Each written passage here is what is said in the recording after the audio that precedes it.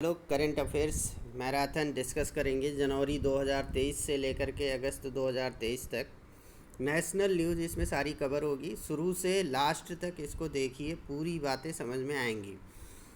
तो चलिए स्टार्ट करते हैं बिना समय गंवाए हुए। तो एक अप्रोच पहले डिस्कस कर लें कि कैसे हम करंट अफेयर्स को कवर करने वाले हैं। तो जनवरी से लेकर जनवरी, फरवरी, मार्च, अप्रैल, मई, जून, जुलाई, अगस्त, ये सारी चीज़ें हैं। तो जनवरी में क्या क्या इम्पॉर्टेंट है? जो इम्पॉर्टेंट न्यूज़ थी वो है नेशनल जियो स्पेशियल पॉलिसी 2022। ये नोटिफाइड हुई थी 3 जनवरी 2023 को, इसलिए इम्पॉर्टेंट है। और India's largest single unit of women peace keepers 6 जनवरी 2023 की न्यूज़ है। और DOT infrastructure safety rules 2022 formulate किया गया था 6 जनवरी 2023 को, ये भी एक्शन में आ गया। और MB गंगा विलास, ये भी इम्पॉर्टेंट न्यूज़ है जनवरी की। और SC removed conditions of magistrates approval for killing bill, ये 24 जनवरी की न्यूज़ है, ये भी बहुत इम्पॉर्टेंट है एग्ज़ाम्स के लिए। और 21 Andaman islands named after Paramvir Chakra awardees. Actually क्या था कि बहुत सारे आइसलैंड्स हैं अंडमान एंड निकोबार आइसलैंड्स में, ग्रुप ऑफ आइसलैंड्स है। तो उसमें से 21 जिनका नामकरण अभी तक नहीं हुआ था, उनका नामकरण परमवीर चक्र अवार्डी के नाम पे कर दिया गया 24 जनवरी को। फिर 26 जनवरी को रिपब्लिक डे सेलिब्रेशंस होता है, उसमें से बहुत सारी नए इवेंट्स होते हैं, तो उस पर भी हम लोग फोकस करेंगे। और PM मोदी ने 75 रुपीज़ का कॉइन जारी किया था, वो 28 जनवरी को किया था। क्यों ज्वाइन किया? क्योंकि जो NCC है उसका 75 ईयर्स पूरा हुआ था, तो उसकी 75th एनिवर्सरी थी, तो उस उपलक्ष्य में 75 रुपीज़ का कॉइन्स जारी किया था। तो ये भी इम्पॉर्टेंट न्यूज़ है। और दिल्ली का जो मुग़ल गार्डन्स है उसका नाम चेंज कर दिया गया 28 जनवरी को ही, उसका नाम रखा गया अमृत उद्यान, तो ये भी ज़रूरी है। और इंडियाज़ का जो फर्स्ट मॉडल G20 समिट हुआ था वो इनॉग्रेट हुआ जनवरी में ही, क्योंकि इंडिया जो है उसको लीड कर रहा था, तो इसलिए उसी उपलक्ष्य में ये first model G20 summit inauguration हुआ था 30 जनवरी को, उसको देखेंगे। और visit India year 2023 initiative launch हुआ 31 जनवरी को, तो जनवरी में ये सारी न्यूज़ इम्पॉर्टेंट हो जाती है। अब जैसे ही फरवरी माह आता है, तो आप जानते हो कि फरवरी माह के स्टार्टिंग में ही बजट सेशन स्टार्ट हो जाता है। और वो बजट सेशन इस बार जो चला है वो 2 फेजेज़ में चला। एक तो 31 जनवरी से 13 फरवरी तक चला। तो इसमें क्या हुआ, बजट प्रेजेंट हुआ, सर्वे बजट प्रेजेंट हुआ। और फिर 14 फरवरी से 12 मार्च तक सारी डिपार्टमेंट मिनिस्ट्रीज़ को जो भी इलाकेशंस हुए थे उसको रिव्यू करने का और फीडबैक देने का मौका दिया गया। फिर 13 मार्च से 6 अप्रैल तक फिर second phase of the budget session start हुआ। तो फरवरी से लेकर के अप्रैल तक आप देख पा रहे हो कि ये लगभग आपका बजट सेशन और डिस्कशन में बीता। तो फरवरी, मार्च, अप्रैल में बजट सेशन बहुत इम्पॉर्टेंट है, तो इसमें हम लोग बजट के बारे में डिस्कस करेंगे। अब आते हैं मई में, जून में, ये भी इम्पॉर्टेंट कुछ न्यूज़ होगी, उसको डिस्कस करेंगे। और जुलाई से हमारा मानसून सेशन स्टार्ट हो जाता है 20 जुलाई से, और वो चलता है 11 अगस्त तक। 11 अगस्त को एडजर्न साइनिडाई हो जाता है। और इसमें क्या होता है, 23 बिल पास होती है बोथ हाउसेज में, लोकसभा और राज्यसभा में। जो बजट सेशन में जो बिल्स पास होती है वो 6 बिल दोनों हाउसेज द्वारा पास होती है। तो ये अप्रोच होगी जनवरी से अगस्त तक कवर करने की। अब आपको पता चल गया होगा कौन कौन सी इम्पॉर्टेंट न्यूज़ है और क्यों है, ठीक है। तो अब हम नेशनल न्यूज़ को कवर करने के लिए 1 बाई 1 चलेंगे। जनवरी में जैसा कि मैंने बताया, नेशनल जियो स्पेशियल पॉलिसी की 2022 डिस्कस करेंगे। फिर India largest single unit of women peace keepers discuss करेंगे। आते हैं, डिस्कस करते हैं। नेक्स्ट पेज में आप देखेंगे नेशनल जियो स्पेशियल पॉलिसी 2022। इसे हिंदी में बोलते हैं राष्ट्रीय भू स्थानिक नीति। राष्ट्रीय मतलब नेशनल मतलब इंडिया की, भू मतलब जियो मतलब ज्योग्राफी की स्टडी, ज्योग्राफी मतलब इसके उच्चावच की स्थिति, या आप कह लो टोपोग्राफी की।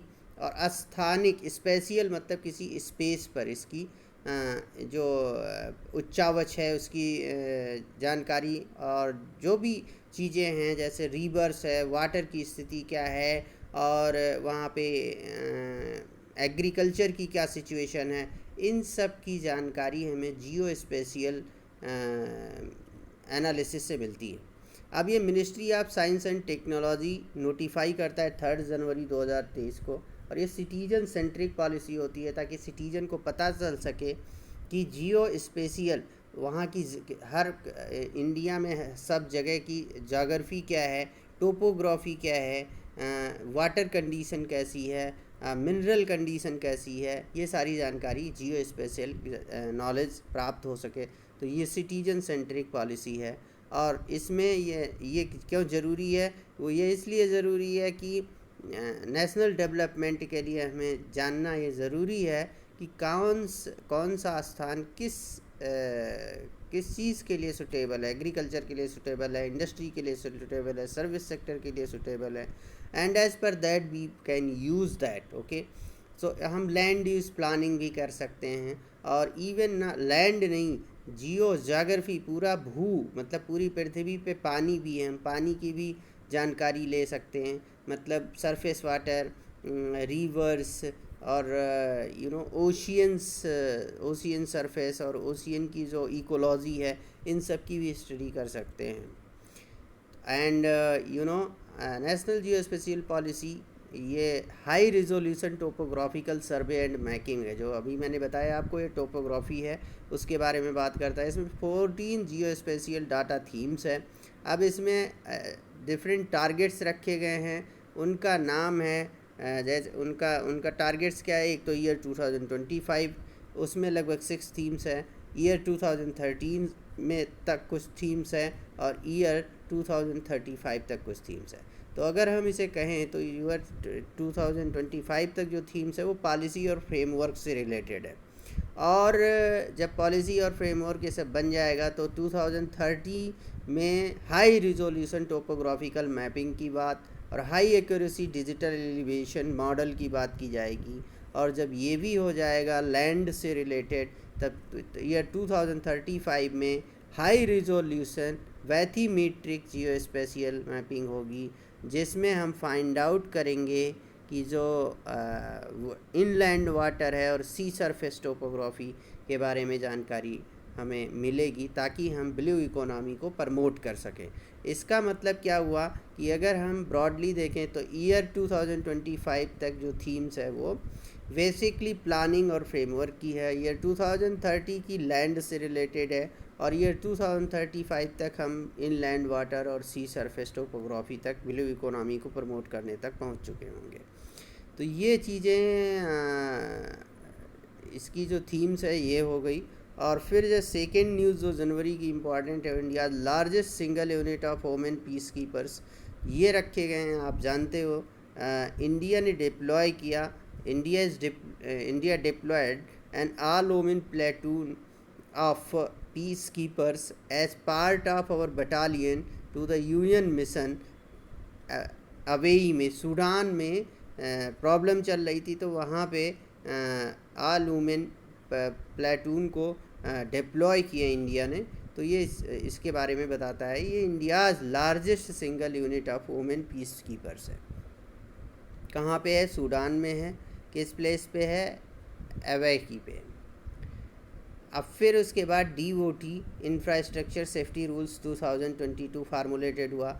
इसमें क्या है कि DOT का मतलब क्या होता है? Department of telecommunication. Department of telecommunication का जो भी इंफ्रास्ट्रक्चर है, अगर कोई व्यक्ति उसे क्या करता है, उस इंफ्रास्ट्रक्चर को एक्सकेवेट करता है या कोई प्रॉपर्टी उस ज़मीन को इवैक्यूएट करता है जहाँ पे वो इंफ्रास्ट्रक्चर है, टेलीकॉम इंफ्रास्ट्रक्चर, तो या डैमेज करता है, तो जो डैमेज के बदले में ही और she will be liable to pay the damage charges to the telegraph authority. तो मतलब कोई भी व्यक्ति ऐसा नहीं कर सकता, वो डैमेज नहीं कर सकता इंफ्रास्ट्रक्चर को, टेलीकॉम इंफ्रास्ट्रक्चर को। तो उसके लिए DOT इंफ्रास्ट्रक्चर रूल्स 2022 फार्मूलेट किया गया और ये 2023 में नोटिफाई किया गया। अब हम बात करते हैं जो फोर्थ इम्पॉर्टेंट न्यूज़ है, वो ये है जनवरी की। India took over leadership of the Asian Pacific postal union. Indian Pacific postal union की लीडरशिप इंडिया के हाथ में आ गई, और लीडर इसका कौन था? Secretary general of the union, जो 4 ईयर्स के लिए बनाए गए, वो इंडियन थे। ओके, और इसके 32 मेंबर्स कंट्रीज़ थी इसमें, और इसका हेडक्वार्टर जो पैसिफिक पोस्टल यूनियन का है वो बैंकॉक में है। कहाँ पे? बैंकॉक में। तो इसका हेडक्वार्टर बैंकॉक में था। बैंकॉक कहाँ पे है? थाईलैंड में। ओके, तो and next important news is world's longest river cruise MB Ganga Vilas. अब एमबी गंगा विलास को समझने के लिए आपको समझना पड़ेगा वाराणसी से डिब्रूगढ़ इन आसाम तक एमबी गंगा विलास जाएगा, और ये यात्रा वो 51 डेज़ में तय करेगा। लगभग 3200 किलोमीटर है, और ये इंडिया और बांग्लादेश में लगभग 27 रिवर सिस्टम से होकर गुजरेगा। पीएम मोदी ने इसको फ्लैग ऑफ किया। ये वर्ल्ड्स लॉन्गेस्ट रिवर क्रूज़ है। क्या नाम है उसका? एमबी गंगा विलास। इसे ध्यान में रखना है। और इसे इनैगोरेट किया था वाराणसी में वीडियो कॉन्फ्रेंस के थ्रू हमारे प्रधानमंत्री, माननीय आदरणीय प्रधानमंत्री नरेंद्र मोदी जी ने। अब जो 6th इम्पॉर्टेंट न्यूज़ है जनवरी की, वो ये है कि एससी ने, सुप्रीम कोर्ट ने रिमूव कर दिया है कंडीशन को, मजिस्ट्रेट अप्रूवल की कंडीशन जो थी लिविंग विल के लिए, उसको रिमूव कर दिया है। मजिस्ट्रेट अप्रूवल किसके लिए? फॉर विड्रॉल ऑफ लाइफ के लिए। अब मजिस्ट्रेट अप्रूवल की ज़रूरत नहीं होगी। तो ये भी एक अच्छा कदम था। और 7th जो इम्पोर्टेंट न्यूज़ है वो है अंडमान एंड निकोबार आइलैंड्स में बहुत सारे ऐसे आइलैंड्स हैं जिनका नामकरण अभी तक नहीं हुआ था। तो उसमें से 21 को पिक करके परमवीर चक्र अवार्डीज़ के नाम पर उन आइलैंड्स का नाम रख दिया गया। उनमें जो 21 नेम्स हैं परमवीर चक्र अवार्डी के, वो देखे जा सकते हैं। इसमें लिखा हुआ है, एक तो मेजर सोमनाथ शर्मा, करम सिंह और राम रघोवा, और नायक टाइटल है नायक जदुनाथ सिंह और पीरू सिंह, जीएस सलरिया और धनलाल थापर, जोगिंदर सिंह, मेजर शैतान सिंह, अब्दुल हमीद और अर्देसिर और लांश नायक, अल्बर्ट इक्का और होशियार सिंह, अरुण खेत्रपाल और निर्मल जीत सिंह फ्लाइंग ऑफिसर थे ये, और रामास्वामी और बाना सिंह, विक्रम बत्रा, मनोज कुमार पांडे और संजय कुमार, योगेंद्र सिंह यादव। ये जो परमवीर चक्र 21 अवार्डी थे, इन्हीं के नाम पे 21 अंडमान आइलैंड्स का नेमिंग कर दिया गया। तो ये भी इम्पॉर्टेंट न्यूज़ है और इससे क्वेश्चन ज़रूर मिलेंगे। अब हम आते हैं जो नेक्स्ट इम्पॉर्टेंट न्यूज़ है, वो है 74th रिपब्लिक डे सेलिब्रेशन। 26 जनवरी में ये भी इवेंट होता है। मगर इस इवेंट में कुछ इवेंट्स ऐसे हैं जो फर्स्ट टाइम हुए हैं। तो जो फर्स्ट टाइम होगा वही एग्ज़ाम के लिए इम्पॉर्टेंट होगा। हमें ये पता करना ज़रूरी होता है करंट अफेयर्स में कि कौन सी चीज़ इम्पॉर्टेंट है। तो जो फर्स्ट टाइम होगी वो इम्पॉर्टेंट होगी। कहीं पे अगर चेंजेज हो रहा होगा तो वो इम्पॉर्टेंट होगा। तो जो फर्स्ट टाइम है उसको मैंने हाईलाइट करने की कोशिश की है। अब पहली बात तो ये जानना ज़रूरी है कि 74th रिपब्लिक डे सेलिब्रेशंस के जो चीफ गेस्ट थे वो कौन थे? वो इजिप्ट के प्रेसिडेंट थे अब्दुल फताह अली सिसी। ये इजिप्ट के प्रेसिडेंट इसके चीफ गेस्ट थे। सेकेंड थिंग जो जानने की ज़रूरत है, जो फर्स्ट टाइम हुआ, जो चीज़ें मैं बता रहा हूँ। First time Arab Republic of Egypt joined the celebration of 74th Republic Day. और फर्स्ट टाइम ही 3D anamorphic projection was held, है ना, during Beating Retreat ceremony North and South Block. Okay, और फर्स्ट टाइम में ही military contingent from Egyptian army भी participate किया था।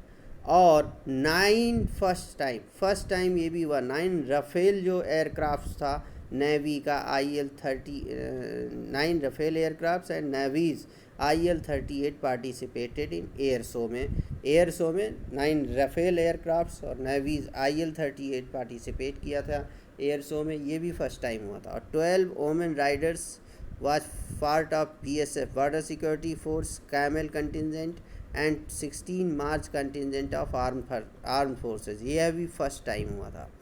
और ये फर्स्ट टाइम सेलिब्रेशन है जब राजपथ का नाम कर्तव्य पथ रखा गया था 2022 लास्ट ईयर में, तो ये भी ध्यान रखने की ज़रूरत है। अब इसमें कुछ लोगों को अवार्ड्स भी दिए गए थे, वो भी ध्यान रखना है जो इम्पोर्टेंट अवार्ड्स थे। एक तो पंजाब रेजिमेंट को अवार्ड मिला था, वो best marching squad in all 3 services में उसको मिला था। और एक सेंट्रल रिजर्व पुलिस फोर्स को सीआरपीएफ को मिला था बेस्ट मार्चिंग कंटिजेंट अवार्ड मिला था। और W Eklavya model residential school ministry of tribal affairs के लिए best W in all ministries and department, ये अवार्ड उनको मिला था। और कुछ स्पेशल अवार्ड मिले थे जो बायोडाइवर्सिटी एंड कंजर्वेशन के रिस्पेक्ट में मिले थे।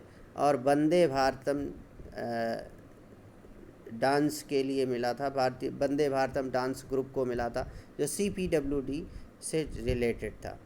तो ये चीज़ें हो गई इसके लिए, मींस रिपब्लिक डे के लिए। अब हम डिस्कस करेंगे, PM मोदी ने एक स्पेशल जो रुपीज़ 25 रुपीज़ कॉइन्स जारी किया था। आपकी क्यों 75 रुपीज़ कॉइन, सॉरी 75 रुपीज़ का कॉइन क्यों जारी किया, इसके लिए, इसको समझने के लिए हमें समझना पड़ेगा कैरियप्पा ग्राउंड दिल्ली में NCC की रैली होती है। 75th एनिवर्सरी सेलिब्रेट करने के लिए 28 जनवरी 2023 को 75 ईयर पूरा होता है और NCC की रैली होती है। तो 75 ईयर पूरा होता है, इसमें पार्टिसिपेट करते हैं मोदी जी। राजनाथ सिंह आपको से पार्टिसिपेट करेंगे क्योंकि डिफेंस से रिलेटेड है NCC, तो डिफेंस मिनिस्टर पार्टिसिपेट किए थे। और जो डिफेंस के हेड थे अनिल सर, वो भी पार्टिसिपेट किए। तो PM मोदी ने उस दिन स्पेशल 75 रुपीज़ का कॉइन रिलीज़ किया। तो क्यों? क्योंकि 75th एनिवर्सरी थी। तो ये बातें ध्यान में रखनी है, ये भी क्वेश्चन इम्पॉर्टेंट है। और India's elected as vice chair at 12th session of ITWZ। ITWZ क्या, intergovernmental technical working group है, और इसके जो वाइस चेयर इंडियन थे वो ICAR के BN त्रिपाठी को नियुक्त किया गया। तो ये जो inter government technical working group था, ये किस पर था? एनिमल जेनेटिक रिसोर्सेज पे था। ये कहाँ पे हेल्ड हुआ? ये हेल्ड हुआ 12th सेशन रोम में। और इसमें क्या क्या हुआ? इसमें एक global plan for action of animal genetic resources, इसके बारे में डिसाइड किया गया, ग्लोबल प्लान के बारे में। और दूसरी चीज़ ये डिसाइड की गई मॉनिटरिंग करने के लिए ANGR means animal genetic resources की डाइवर्सिटी की मॉनिटरिंग और प्रिपेयरिंग थर्ड कंट्री रिपोर्ट भी रिव्यू किया गया। और नेक्स्ट न्यूज़ जो इम्पॉर्टेंट है वो है India's first model G20 summit inaugurated. अब एक्चुअली क्या था इसको किसने इनेगोरेट किया? अमिताभ कांत ने इनेगोरेट किया India's first model G20 summit January 30, 2023 को। और इसे कहाँ पे ये ऑर्गेनाइज्ड कहाँ पे हुआ था? ये Ram Bhau Mhalgi Indian Institute of Democratic Leadership में, ये मुंबई के नियर है, वहाँ पे ये ऑर्गेनाइज हुआ था। तो ये क्यों ऑर्गेनाइज हुआ था? ये सेलिब्रेट करने के लिए कि इंडिया चेयरमैनशिप कर रहा है G20 की। तो यूथ को अवेयर करने के लिए ये प्रोग्राम किया गया था और इसमें लगभग 150 यूथ इसमें पार्टिसिपेट किए थे। Next important news, visit India year 2023 initiative launched. अब ये इनिशिएटिव लॉन्च होगी कि इंडिया में विजिट करो 2023। तो विजिट करने का, तो क्या विजिट करने का टूरिज्म मिनिस्टर रिस्पॉन्सिबल होंगे, वो G कृष्णा रेड्डी थे। उन्होंने लोगो दिया जो इमेज ऑफ नमस्ते से मैच करता था। मीन्स ये जो है एक तरह से अतिथि देवो भव, मीन्स इंडिया के कल्चर को रिप्रेजेंट करता है। तो ये जनवरी की इम्पॉर्टेंट न्यूज़ हमने कवर कर दी।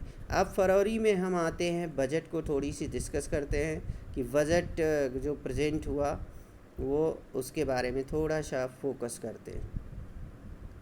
तो यूनियन बजट 2023-2024 ये बहुत ही इम्पॉर्टेंट इवेंट था फरवरी का, तो इसे हम समझने की कोशिश करते हैं। बट इसमें हम वही चीज़ें डिस्कस करेंगे जो एग्ज़ाम में पूछी जाती हैं।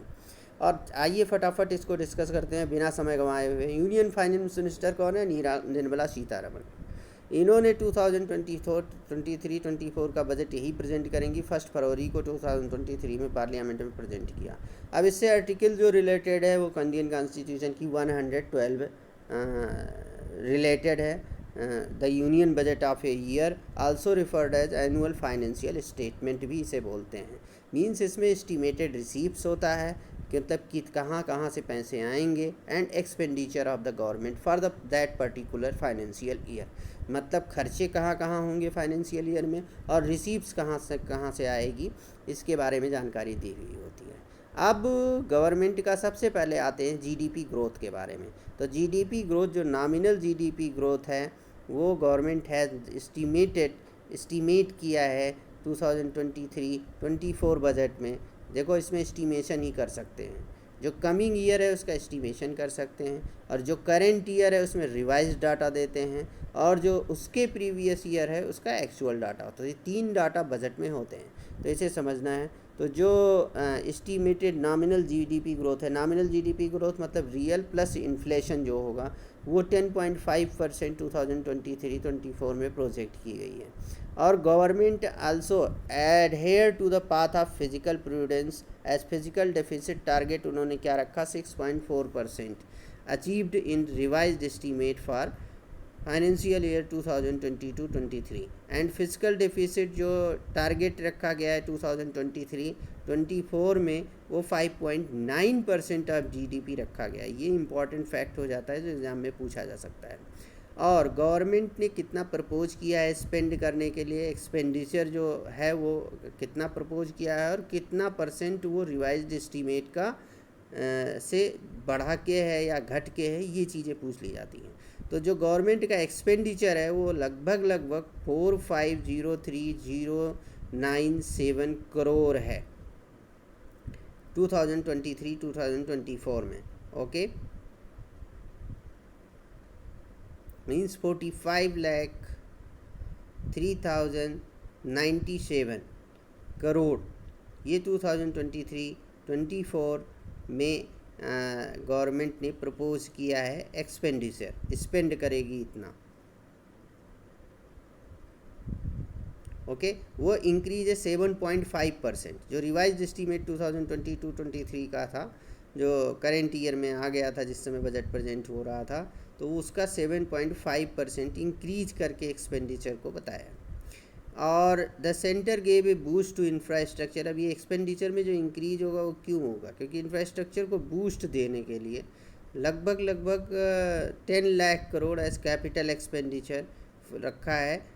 किस लिए, किस ईयर के लिए, 2023-24 के लिए। ये 33% हायर है, कब से higher than the 7.5 lakh crore allocated in physical 2022-23, उससे कितना हायर है, 33% हायर है।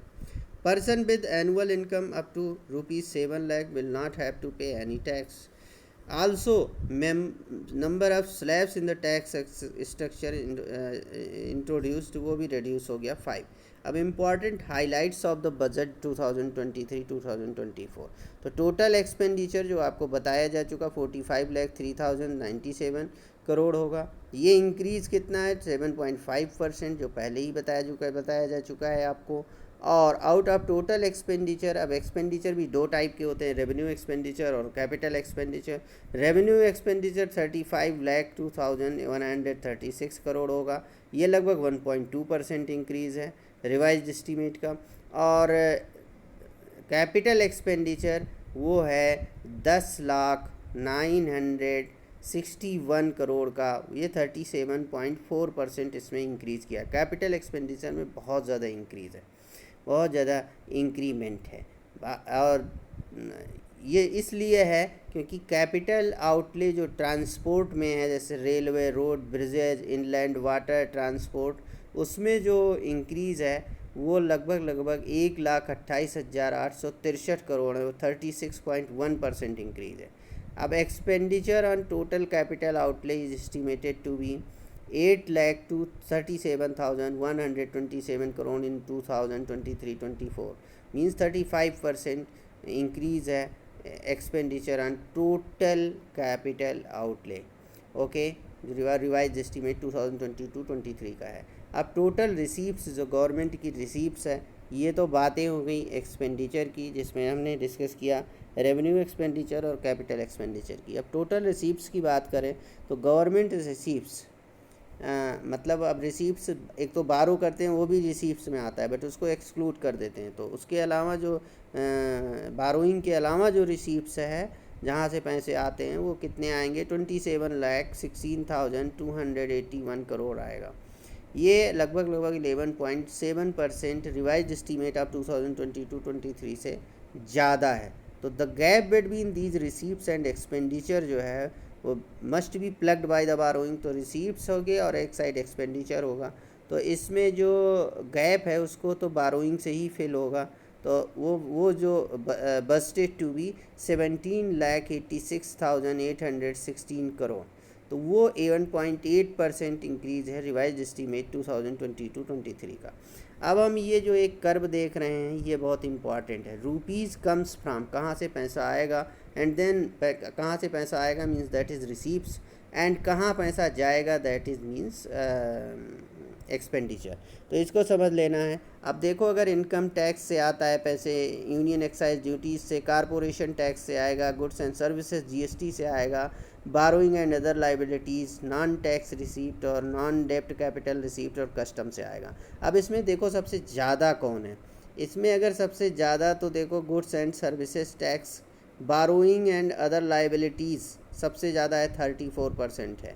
इसके बाद अगर जाओगे 34 के बाद गुड्स एंड सर्विसेज टैक्सेस है वो 17% है। तो ये सीक्वेंस याद रखना है कि कौन सा रुपीज़ कम्स फ्राम, कौन सी रिसीप्ट सबसे ज़्यादा है और उनका सीक्वेंस क्या है। तो बारोइंग एंड अदर लाइबिलिटीज़ 34% और गुड्स एंड सर्विसेज टैक्स उसके बाद 17% है।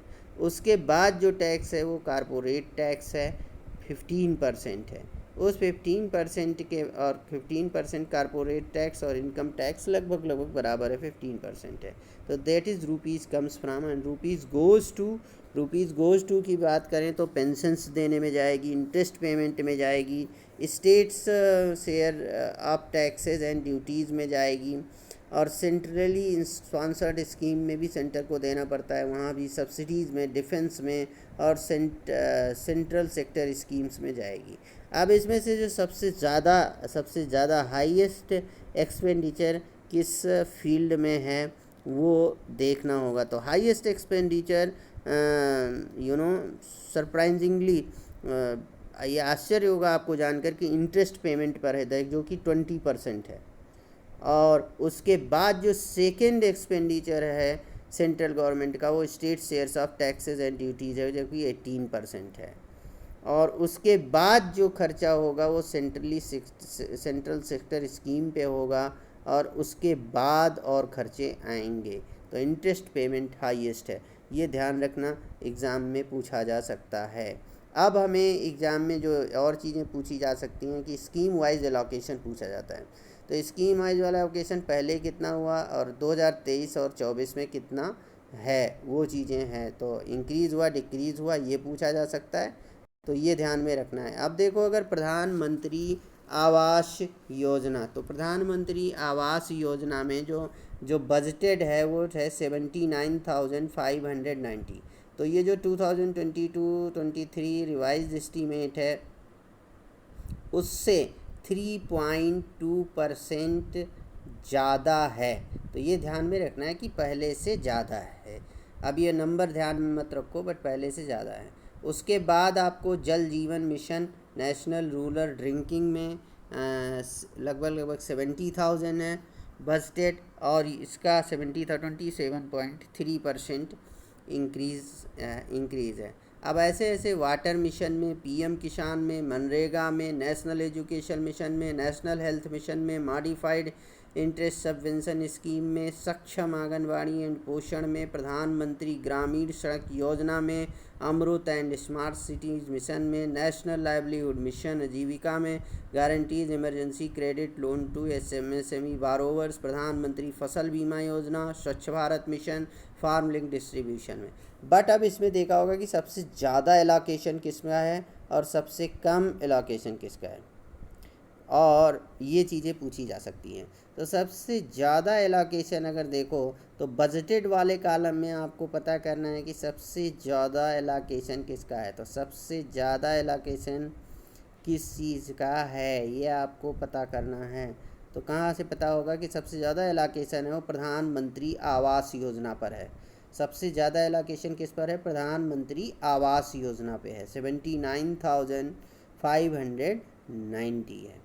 अच्छा, और सबसे कम एलोकेशन किस पे है? सबसे कम एलोकेशन है आपके रिफॉर्म लिंक डिस्ट्रीब्यूशन स्कीम पे, रिफॉर्म लिंक डिस्ट्रीब्यूशन स्कीम पे। और आपको पता करना है एक चीज़ की सबसे कम इंक्रीमेंट रिवाइज्ड एस्टीमेट से किस में हुआ है। तो सबसे कम जो इंक्रीमेंट हुआ है वो तो 0% हो चुका होगा, या सबसे कम जीरो से भी नीचे, मतलब कहीं पे घट गया है अगर एलोकेशन, तो वो अगर घटने वाला एलोकेशन है तो वो आप देखोगे तो मनरेगा में 32.9% घट गया है। पहले जो 89,400 था अब 60,000 हो गया है। तो मनरेगा में एलोकेशन घट गया है। और कहाँ पे बराबर है ये भी पूछा जा सकता है। तो पीएम किसान में 60,000 रिवाइज्ड एस्टीमेट था और 60,000 इस बार भी रखा गया है, तो 0% है, वहाँ भी बराबर है। और एक जगह 0% है जो एग्ज़ाम में पूछा जा सकता है, प्रधानमंत्री ग्राम सड़क योजना में 0% है। तो ये सारे क्वेश्चंस बन सकते हैं इस पर। तो बजट यहीं पे ख़त्म करते हैं, बजट को समाप्त करते हैं, बजट की स्टडी भी हो गई। ठीक है, अब हम लोग आगे बढ़ते हैं। तो ये फरवरी मार्च अप्रैल तक 31 जनवरी से लेके 6 अप्रैल तक बजट और इकोनॉमिक सर्वे पे चर्चाएं हुई थी। तो ये बजट हमने ख़त्म कर लिया, मतलब अप्रैल तक मेजर न्यूज़ हमने कवर कर ली। अब हम आगे बढ़ते हैं कुछ और न्यूज़ को कवर करने के लिए।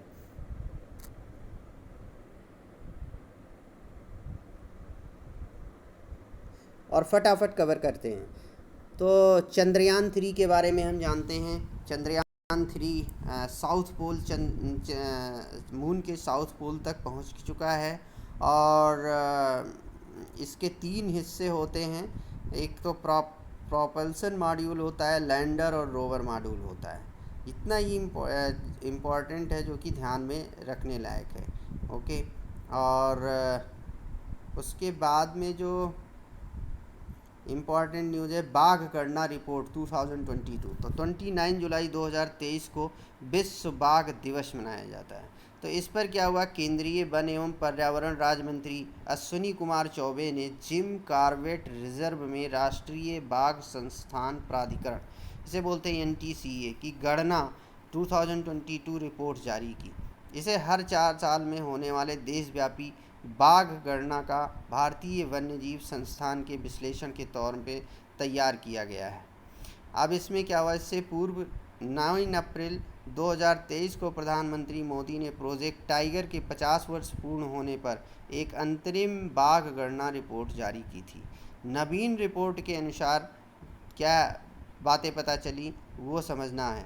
नवीन रिपोर्ट के अनुसार ये बातें पता चली कि देश के साल 2018 में 2,967 बाघ थे। इस दृष्टि से 2022 तक इनकी आबादी सालाना 6.1% की दर से बढ़ी।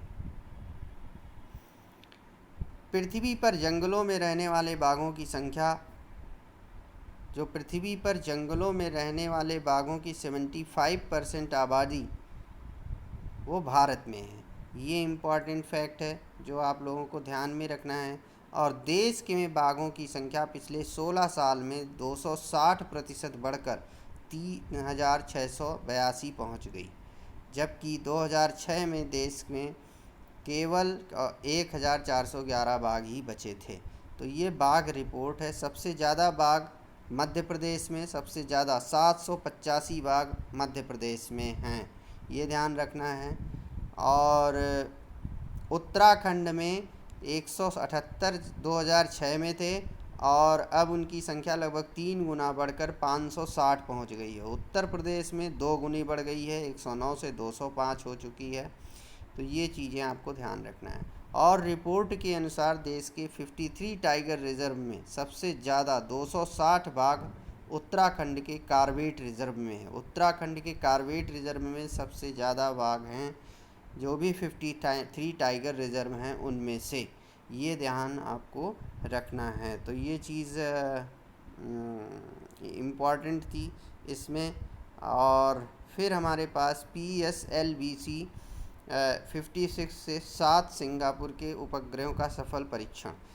30 जुलाई 2023 को आंध्र प्रदेश के श्रीहरिकोटा के सतीश धावन अंतरिक्ष केंद्र से, यहीं से बेसिकली होता ही है, भारतीय अंतरिक्ष अनुसंधान संगठन इसरो ने विश्वसनीय प्रक्षेपण वाहन PSLV-C 56 से सिंगापुर के 7 उपग्रहों को सफलतापूर्वक प्रक्षेपित किया। अब जब प्रक्षेपित किया उसके 23 मिनट बाद ही 360 किलो वजनी उपग्रह DSSR को अंतरिक्ष में 535 किलोमीटर की ऊंचाई पर स्थापित कर दिया गया। तो इसरो की वाणिज्यिक शाखा न्यू स्पेस इंडिया लिमिटेड ने पूरी तरह व्यावसायिक इस मिशन को सफलतापूर्वक संपन्न कर चमकदार भविष्य की ओर एक कदम बढ़ाया। PSLV ने सबसे पहले प्रमुख उपग्रह DSSAR को निर्धारित कक्षा में अलग किया। फिर बाकी उपग्रह बारी बारी रॉकेट से अलग हुए। सभी उपग्रह 5 अलग अलग परिक्रमा कक्षाओं में छोड़े गए। अब कक्षा में स्थापित किए गए जो 7 उपग्रह हैं उनका नाम इम्पॉर्टेंट हो सकता है। वो है DSSR, वेलाक्स M, आर्केड और 8 मासफियर कपलिंग व डायनेमिक एक्सप्लोरर और स्कूप 2 और एन्यू लायन और ग्लासिया 2 और ORV 12 स्ट्राइडर। तो ये चीज़ें इम्पॉर्टेंट हैं। ये अंतरिक्ष में भारत का अनूठा प्रयोग था PSLV-C 56 रॉकेट। और नए 28 मई 2023 को नए संसद भवन का उद्घाटन किया गया, नरेंद्र मोदी जी ने किया। ये जो नया संसद भवन है त्रिभुजाकार है। इसमें पहले की तुलना में काफ़ी ज़्यादा सुविधाएं और हाईटेक व्यवस्थाएं हैं। लोकसभा कक्ष में 888 तथा राज्यसभा कक्ष में 384 सीटों की व्यवस्था की गई है, जबकि तीसरे संयुक्त सत्र के लिए 1272 सीटों वाला बृहद हॉल बनाया गया है। अगर ज्वाइंट सीटिंग है तो उसके लिए 1272 सीटों वाला बृहद हॉल भी बनाया गया है। अब इसके जो उद्घाटन के साथ ही लोकसभा कक्ष में स्पीकर की कुर्सी के साथ सोने की परत वाले सेंगोल की स्थापना जो है वो पूजा अर्चना के साथ प्रधानमंत्री ने की। तो ये चीज़ इम्पॉर्टेंट हो जाती है। सेंगोल का इतिहास चोल साम्राज्य से जुड़ा था। ये एक हिस्ट्री से इसका लिंक है जो इम्पॉर्टेंट हो जाता है। अब हमारे पास Bengaluru World Cities Culture Forum में शामिल होने वाला पहला भारतीय शहर बना। और न्यूनतम आय गारंटी विधेयक पेश करने वाला जो राजस्थान है वो 21 जुलाई 2023 को न्यूनतम आय गारंटी विधेयक पेश किया। और ये राजस्थान देश में सामाजिक सुरक्षा के मामले में पहला प्रदेश बना। ये चीज़ें इम्पॉर्टेंट हैं। और Bharat global crisis response group में शामिल हो चुका है। भारत संयुक्त राष्ट्र महासचिव के निमंत्रण पर global crisis response group GCRG के चैंपियन समूह में 7 जुलाई 2023 को शामिल हो गया है। ओके, इसकी स्थापना GCRG की स्थापना मार्च 2022 में खाद्य सुरक्षा, ऊर्जा और वित्त के तत्काल वैश्विक मुद्दों को संबोधित करने और वैश्विक प्रतिक्रिया का समन्वय करने के लिए की गई थी। तो ये चीज़ें इम्पॉर्टेंट हैं। और विदेश मंत्रालय में सचिव संजय वर्मा को GCRG प्रक्रिया के लिए शेरपा नामित किया गया है, ये पूछा जा सकता है। और चैंपियंस ग्रुप में वर्तमान में कौन कौन है? Bangladesh, Barbados, Denmark, Germany, Indonesia और सेनेगल की सरकारें राज्यों के प्रमुख शामिल हैं। समूह में भारत के शामिल होने से विशेष रूप से विकासशील देशों के लिए परिणाम उन्मुख समाधान खोजने में संयुक्त राष्ट्र के सामूहिक प्रयासों को मजबूती मिलेगी। तो इसकी स्थापना क्यों हुई थी? इसकी स्थापना खाद्य सुरक्षा, ऊर्जा और वित्त से परस्पर जुड़े संकटों को संबोधित करने के लिए की गई थी। तो ये चीज़ें इम्पॉर्टेंट हैं। और भारत ने फ्रांस से 26 राफेल विमान और 3 पनडुब्बियां खरीदने के प्रस्ताव को मंजूरी दे दी है। और श्रीलंका के राष्ट्रपति रानिल विक्रमसिंघे की भारत में यात्रा, मतलब श्रीलंका के जो राष्ट्रपति रानिल विक्रमसिंघे थे, एक उच्च स्तरीय प्रतिनिधिमंडल के साथ 20-21 जुलाई को भारत की यात्रा की। भारत और श्रीलंका के राजनयिक संबंधों की 75th वर्षगांठ के अवसर पर प्रधानमंत्री मोदी के निमंत्रण पर भारत वो पहुंचे थे। आप देखिए 75th क्या क्या, एनसीसी का 75th, और यहाँ पे भारत श्रीलंका के राजनयिक संबंधों की 75th एनिवर्सरी भी हुई थी।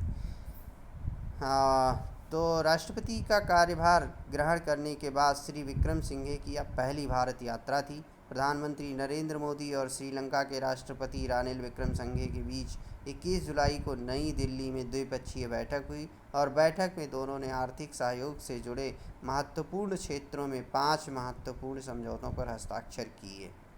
दोनों देशों के बीच पर्यटन क्षेत्र में सहयोग पर प्रमुख रूप से चर्चा की गई और नवीकरणीय ऊर्जा पर भी समझौता हुआ और श्रीलंका के तिरुकोमाली में आर्थिक विकास की परियोजनाओं पर सहयोग से जुड़ा समझौता भी शामिल है। तो ये सारी चीज़ें इसमें इम्पॉर्टेंट हैं। समुद्री connectivity, all those things are important. Now दुनिया के शीर्ष 500 सुपर कंप्यूटिंग स्विचिंग में एरावत 75th स्थान पर। ये पूछा जा सकता है क्वेश्चन, यह भारत को दुनिया भर में एआई सुपर कंप्यूटिंग देशों में शीर्ष पर रखता है। प्रणाली भारत सरकार द्वारा एआई पर राष्ट्रीय कार्यक्रम के तहत स्थापित की गई। एक्चुअली क्या हुआ, सीटैक पुणे में स्थापित एक एआई सुपर कंप्यूटर ऐरावत को दुनिया में 75th स्थान दिया गया। ये इम्पॉर्टेंट है। और विश्व के शीर्ष 5 सुपर कंप्यूटर जो हैं वो कौन कौन से देश में है वो जान लेना ज़रूरी है। जैसे फ्रंटियर अमेरिका और फुगाकू जापान, लूमी फिनलैंड और लियोनार्डो इटली और समिट आईबीएम अमेरिका। संघाई सहयोग संगठन का 23वां शिखर सम्मेलन जो हुआ वो वर्चुअल माध्यम से भारत की मेज़बानी में आयोजित किया गया और इस शिखर सम्मेलन की जो थीम थी वो सुरक्षित एससीओ की ओर थी, टूवर्ड्स सिक्योर एससीओ। सिक्योर का अर्थ है security, economic development, E for economic development, C for connectivity and U for unity और R for respect for sovereignty and territorial integrity and environmental protection. और इस सम्मेलन में सभी सदस्य देश जो भी चीन, रसिया, कजाकिस्तान, किर्गिस्तान, पाकिस्तान, तजाकिस्तान और उज़्बेकिस्तान के राष्ट्राध्यक्षों ने वर्चुअली हिस्सा लिया और सम्मेलन की जो अध्यक्षता की प्रधानमंत्री नरेंद्र मोदी जी ने की। जम्मू एंड कश्मीर में मानसिक स्वास्थ्य को समर्पित भारत का पहला चैटबॉट टेलीमानस लॉन्च किया गया, ये भी इम्पॉर्टेंट है। और उड़ीसा के मुख्यमंत्री ने लिंगराज मंदिर के पुनर्विकास के लिए इकामरा परियोजना की शुरुआत की। ओके। और खनिज विकास एवं नियोक्ता ब्रांड के लिए अशोकैम बिजनेस एक्सीलेंस पुरस्कार 2023। तो राष्ट्रीय खनिज विकास निगम को कोलकाता में एसोचैम बिजनेस एक्सीलेंस अवार्ड 2023 में 2 प्रतिष्ठित पुरस्कारों से सम्मानित किया गया। ओके। एनएमडीसी द्वारा प्राप्त पुरस्कारों में खनिज विकास पुरस्कार और employer brand of the year award शामिल थे। ये पुरस्कार खनन क्षेत्र में एनएमडीसी के महत्वपूर्ण योगदान और इसकी अनुकरणीय मानव संसाधन प्रथाओं को मान्यता देते हैं। एनएमडीसी भारत में लौह अयस्क का सबसे बड़ा उत्पादक होने के साथ दुनिया में 6ठा सबसे बड़ा उत्पादक है, जो देश के खनिज विकास में मिनरल डेवलपमेंट में महत्वपूर्ण भूमिका निभाता है। और कंपनी का अत्याधुनिक अनुसंधान और विकास केंद्र उत्पादकता बढ़ाने, टिकाऊ खनन प्रथाओं को बढ़ावा देने और उन्नत लाभकारी प्रौद्योगिकियों को विकसित करने के केंद्रित था। दुनिया की सबसे बड़ी ऑफिस बिल्डिंग भारत के गुजरात के शहर में सूरत में दुनिया की सबसे बड़ी ऑफिस बिल्डिंग बनकर तैयार हो गई है। इस इमारत में हीरे के व्यवसाय से जुड़े कटर्स, पॉलिशर्स और व्यापारी वर्ग के सभी लोगों के लिए बेहतरीन सुविधाएं उपलब्ध की गई हैं। भारत के पहले स्वदेशी परमाणु रिएक्टर का संचालन गुजरात में प्रारंभ हो चुका है, ये भी इम्पॉर्टेंट न्यूज़ है। और भारत की सबसे निजी रेल कोच फैक्ट्री तेलंगाना में, उसका भी उद्घाटन हो गया है 22 जून 2023 को। ओके, ये इम्पॉर्टेंट है। National sickle cell consultancy mission का उद्घाटन हुआ है, प्रधानमंत्री नरेंद्र मोदी जी ने 1 जुलाई को किया है। और युद्धपोत INS कृपाण को उपहार स्वरूप वियतनाम को सौंपा गया। भारतीय नौसेना ने युद्धपोत INS कृपाण को 22 जुलाई 2023 को सेवा मुक्त कर संपूर्ण हथियारों से लैस वियतनाम पीपुल्स नेवी को सौंप दिया।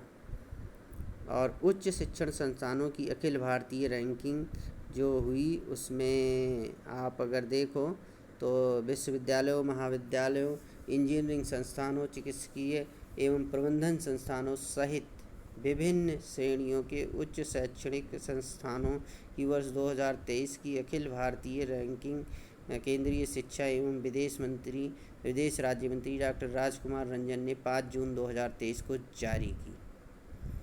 और इस को जारी करने में आप समझते हो इंडिया रैंकिंग 2023 में ओवरऑल या समग्र श्रेणी में IIT मद्रास को शीर्ष स्थान प्राप्त हुआ। यह क्वेश्चन पूछा जा सकता है। 2019 से लगातार यह 5वां वर्ष है जब इसे देश का सर्वश्रेष्ठ शैक्षणिक संस्थान घोषित किया गया है। तो IIT Madras is the best. So overall श्रेणी में अगर देखा जाए तो दूसरा स्थान IISc बेंगलोर को मिला हुआ है। और ओवरऑल श्रेणी में अगर 10 सर्वश्रेष्ठ शैक्षणिक संस्थान देखे जाएं तो IIT मद्रास, दूसरे नंबर पर बेंगलुरु, तीसरे नंबर पर Delhi, IIT Bombay, then IIT Kanpur, then AIIMS Delhi, then IIT Kharagpur, then IIT Roorkee, then IIT Guwahati and then JNU Delhi. और शीर्ष 10 विश्वविद्यालय को अगर देखा जाए तो वो Indian Institute of Science Bengaluru, JNU Delhi, Jamia Millia Islamia, Jadavpur University, BHU, Manipal Academy of Higher Education, Amrita Vishwa Vidyapeetham, BIT Ranchi, AMU Hyderabad विश्वविद्यालय, ये सारी चीज़ें इम्पॉर्टेंट है। प्रधानमंत्री मोदी का गीत एबेंडेंस इन मिलेट्स, ये मोटे अनाजों के लाभ जनता को बताने के लिए और जागरूक करने के लिए है। इस गीत की रचना जो की थी ग्रैमी पुरस्कार विजेता गायिका फालू के साथ मिलकर की गई है। तो ये चीज़ें इम्पॉर्टेंट हैं। और कोची में देश की पहली वाटर मेट्रो की सेवा का प्रारंभ हो चुका है। और भारत का पहला कार्बन न्यूट्रल गांव थाड़े में प्रस्तावित है। और राइटर्स इंस्टीट्यूट की डिजिटल न्यूज़ जो रिपोर्ट है वो उसके अनुसार DD इंडिया और आकाशवाणी को भारत का सबसे अधिक विश्वसनीय इलेक्ट्रॉनिक मीडिया संगठन माना गया है। ये इम्पॉर्टेंट है। और आर्को कॉफ़ी और काली मिर्च को जैविक प्रमाणीकरण मिल गया है। और केंद्र असम राज्य सरकार और दिमासा नेशनल लिबरेशन आर्मी के बीच त्रिपक्षीय समझौता हुआ है। और असम और अरुणाचल प्रदेश के बीच सीमा समझौता संपन्न हो गया है MOU के थ्रू। सीमा विवाद, असम और अरुणाचल प्रदेश ने अपना सीमा विवाद को समाप्त करने के लिए 20 अप्रैल 2023 को सीमा समझौता कर लिया है। अब पूर्वोत्तर के इन राज्यों के बीच 700 किलोमीटर से भी अधिक सीमा को लेकर विवाद की स्थिति लंबे समय से बनी हुई थी, जिसके चलते तनाव की स्थिति थी। तो इसी तनाव को समाप्त करने के लिए जो वहाँ के मुख्यमंत्री थे असम के हेमंत बिश्व शर्मा और अरुणाचल प्रदेश के मुख्यमंत्री श्री पेमा खांडू ने केंद्रीय गृह मंत्री अमित शाह की उपस्थिति में नई दिल्ली में समझौता ज्ञापन पर हस्ताक्षर कर दिया। जम्मू कश्मीर के बाद राजस्थान में भी लिथियम के भंडार मिले हैं। और नेपाल के प्रधानमंत्री की भारत में यात्रा हुई थी और यहाँ पर बहुत मेज़बानी भी हुई। नेपाली प्रधान 1 जून 2023 को हैदराबाद हाउस में द्विपक्षीय संबंधों की चर्चा हुई और आर्थिक, वाणिज्यिक, ऊर्जा, सुरक्षा, विकास सारे क्षेत्रों में सहयोग और संबंधों की वार्ता हुई। ये चीज़ें इम्पॉर्टेंट है। देश के 33 नए उत्पादों को जीआई टैग मिला हुआ है। और जीआई टैग मिला हुआ है, जैसे उत्तर प्रदेश में अगर देखो तो बनारस पान और बनारस लंगड़ा। और ऐसे ही तमिलनाडु में बहुत सारी चीज़ें, जम्मू एंड कश्मीर में रामबन शुलाई, बिहार में मरचा चावल, और यू नो ये सब चीज़ें हैं। और सुंदरजा आम मध्य प्रदेश के रीवा ज़िले के गोविंदगढ़ कस्बे में बहुतायत में पाया जाता है। तो इन सब को जीआई टैग मिल गया है, टोटल 33 नए उत्पादकों को। Laser inter spherometer gravitational web observatory India LIGO India की स्थापना को मंजूरी दे दी है केंद्र सरकार ने। और जो अंतरिक्ष नीति थी, स्पेस नीति, उसके सुधारों को लेकर केंद्रीय मंत्रिमंडल ने, सुरक्षा मामलों की समिति ने उसके 6 अप्रैल 2023 को अंतरिक्ष नीति 2023 को मंजूरी दे दी। इस नीति के द्वारा रणनीतिक क्षेत्र को छोड़ करके बाकी अंतरिक्ष क्षेत्र के लिए निजी क्षेत्र, बाकी जो अंतरिक्ष क्षेत्र है रणनीतिक क्षेत्र को छोड़ करके उसको प्राइवेट सेक्टर के लिए खोल दिया गया है। ये इम्पॉर्टेंट है। और हिमाचल की कांगड़ा चाय को भी यूरोपीय आयोग का संरक्षित भौगोलिक संकेतक मिल चुका है। भारत दुनिया का सबसे बड़ा सौर उत्पादक देश बना है। इंडिया को यूएन सांख्यिकी आयोग, नारकोटिक्स ड्रग्स और यूएनएचआईवी कार्यक्रम के समन्वय बोर्ड में सदस्य चुना गया है। ये भी पूछा जा सकता है। इंडिया जस्टिस रिपोर्ट, हाल ही में टाटा ट्रस्ट ने इंडिया जस्टिस रिपोर्ट जारी की। ये तीसरा संस्करण है। इससे पहले 2019 और 2020 में इसे जारी कर दिया गया था। इसके जो महत्वपूर्ण तथ्य हैं उसे हमें ध्यान में रखना है। इसमें उच्च न्यायालय के 1108 न्यायाधीशों की स्वीकृति संख्या की तुलना में 778 न्यायाधीशों के साथ कार्य कर रहे थे। और इस रिपोर्ट में ये भी बताया गया है कि जो अधीनस्थ अदालतें हैं, 24,631 न्यायाधीशों की स्वीकृति संख्या की तुलना में 19,288 न्यायाधीशों के साथ कार्य कर रही है अधीनस्थ अदालतें। तो ये सारी जानकारी इस रिपोर्ट में दी गई है। और उच्च न्यायालय के स्तर पर केस की उच्चतम औसत पेंडेंसी उत्तर प्रदेश 11.34 वर्ष में है। उसके बाद पश्चिम बंगाल 9.9, बस उत्तर प्रदेश के बाद पश्चिम बंगाल का स्थान है, ये इतना ध्यान रखो। और उच्च न्यायालयों में सबसे कम औसत पेंडेंसी त्रिपुरा 1 वर्ष में है। ओके, सबसे कम किसका है? त्रिपुरा। और सबसे ज़्यादा किसका है? उत्तर प्रदेश। और उसके बाद पश्चिम बंगाल। तो ये केस क्लियरेंस जो रेट है 1 वर्ष में कुल दर्ज किए गए मामलों में निपटाए गए मामलों की संख्या के अनुपात को दर्शाता है केस क्लियरेंस रेट रिपोर्ट। तो जो सीसीआर का 100% से अधिक होना दर्शाता है कि लंबित मामलों की संख्या कम हो रही है। ओके, तो आईजेआर के अनुसार जो ये रिपोर्ट है जस्टिस रिपोर्ट, इसके अनुसार 2018-19 के दौरान केवल 4 उच्च न्यायालयों का सीसीआर 100% या उससे अधिक था। इसका मतलब लंबित मामलों की संख्या वहाँ कम हो रही थी। हालांकि 2022 में 100% या उससे अधिक सीसीआर वाले उच्च न्यायालयों की संख्या 12 थी। ओके, सबसे अधिक केस क्लियरेंस रेट वाले उच्च न्यायालयों में केरल है, उसके बाद नंबर आता है उड़ीसा। और जबकि राजस्थान में 65%, बॉम्बे में 72% उच्च न्यायालयों में यह दर सबसे कम है। तो ये ध्यान में रखना है कि सबसे ज़्यादा कहाँ पर है? केरल में, केरल के उच्च न्यायालय में। न्याय वितरण के मामले में 1 करोड़ से अधिक आबादी वाले 18 प्रमुख और मध्यम आकार के राज्यों में कर्नाटक सबसे पहले, फिर दूसरा तमिलनाडु और तीसरा तेलंगाना है। और उत्तर प्रदेश का जो स्थान है वो 18वें स्थान पे है। तो ये चीज़ें ध्यान में रखनी है। तो इसरो के सबसे बड़े और भारी रॉकेट LVM-3 द्वारा 36 उपग्रह का सफल प्रक्षेपण भी हो चुका है। उत्तराखंड में एशिया के सबसे बड़े 4 मीटर टेलीस्कोप ILMT का उद्घाटन भी हो चुका है। ILMT का मतलब अंतर्राष्ट्रीय लिक्विड मिरर टेलीस्कोप। ये जापान के प्रधानमंत्री ने भी भारत की यात्रा की और भारत जापान की वैश्विक रणनीति साझेदारी का विस्तार करने का संकल्प लिया। और ऑस्ट्रेलिया के प्रधानमंत्री ने भी भारत की यात्रा की थी और ऑस्ट्रेलिया के जो प्रधानमंत्री हैं एंथनी अल्बनीज़ ने 8 से 11 मार्च के बीच भारत की राजकीय यात्रा की थी। और इस यात्रा के दौरान प्रधानमंत्री अल्बनीज़ और प्रधानमंत्री मोदी ने 10 मार्च 2023 को प्रथम भारत ऑस्ट्रेलिया वार्षिक शिखर सम्मेलन में भाग लिया। नेताओं के स्तर पर भारत और ऑस्ट्रेलिया के बीच यह पहला वार्षिक शिखर सम्मेलन था। ओके, तो ये इम्पॉर्टेंट चीज़ें हैं जो हमें ध्यान में रखनी है। इसी के साथ असम का जो चराई देव मैदान है यूनेस्को के विश्व धरोहर स्थल में शामिल हो चुका।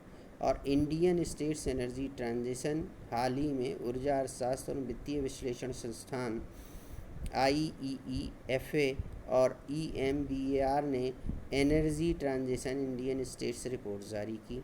2023 के लिए Indian states energy transition report में 16 भारतीय राज्यों का विश्लेषण किया गया है, जो देश की कुल ऊर्जा खपत का 90% हिस्सा है। ओके, इस विश्लेषण के तहत 4 आयामों को ट्रैक किया गया है, तो ये ध्यान रखना है जो चारों आयाम है। पावर सिस्टम का प्रदर्शन, डीकार्बनाइजेशन, पावर इकोसिस्टम की तैयारी तथा नीतियों और राजनीतिक प्रतिबद्धता। रिपोर्ट के मुख्य बिंदु: कर्नाटक और गुजरात स्वच्छ बिजली के लिए भारत के परिवर्तन में सबसे अधिक प्रगति करने वाले राज्य हैं। ये फैक्ट आपको याद रखना है। पंजाब और हरियाणा ने ऊर्जा परिवर्तन में बड़े कदम उठाए हैं। वहीं सबसे अधिक बिजली के मांग वाले महाराष्ट्र को बहुत धीमी अक्षय ऊर्जा अपनाने का सामना करना पड़ रहा है। मानव रहित यातायात प्रबंधन प्रणाली स्काई UTM 8 फरवरी 2023 को केंद्रीय मंत्री नितिन गडकरी ने स्काई UTM का अनावरण किया। दुनिया में सबसे अत्याधुनिक मानव रहित यातायात प्रबंधन प्रणाली है। और उड़ीसा देश का पहला झुग्गी मुक्त राज्य बना है। ये क्वेश्चन पूछा जा सकता है कि पहला झुग्गी मुक्त राज्य कौन सा बना। उड़ीसा, दिल्ली, ऐसे ऑप्शन दिए रहेंगे तो उड़ीसा उसमें से सही ऑप्शन होगा। उड़ीसा राज्य ने हाल ही में अपनी 5T पहल जगह मिशन के लिए UN habitat world habitat award 2023 जीता है। ओके, देश के सबसे लंबे एक्सप्रेसवे दिल्ली मुंबई के पहले फेज़ का उद्घाटन हो चुका है। इसरो के सबसे छोटा रॉकेट भी लॉन्च हो चुका है। और यहीं पे अब ये नेशनल अफेयर्स ख़त्म होता है। इसके बाद के लेक्चर में हम इंटरनेशनल अफेयर्स डिस्कस करेंगे। आशा है कि आप लोगों को ये चीज़ें समझ में आई होंगी और बहुत क्विकली, बहुत कम समय में हमने इम्पॉर्टेंट कवरेज कर दिया है। और यहीं से लगभग सारे क्वेश्चंस आपको नेशनल अफेयर्स में मिल जाएंगे। Thank you so much.